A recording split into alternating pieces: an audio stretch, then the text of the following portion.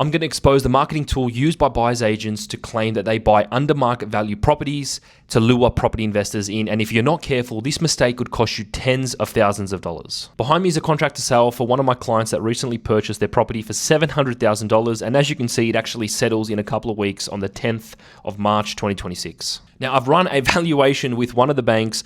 If you're in the broking industry or in the finance industry, you probably recognize which bank that's from.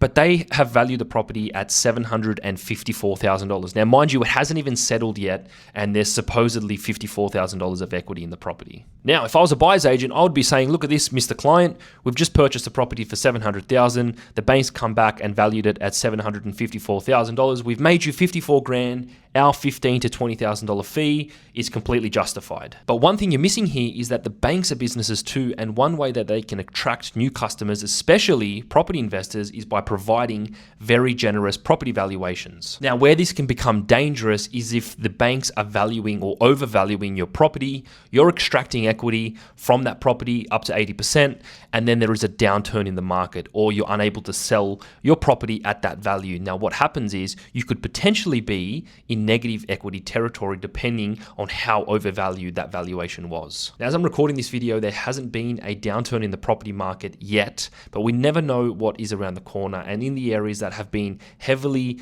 dominated by investors, you have to be very careful if you are extracting equity from those properties and that the bank valuations are realistic. Because if you do overextend yourself and over leverage and there is a downturn, then you could have some problems in terms of negative equity.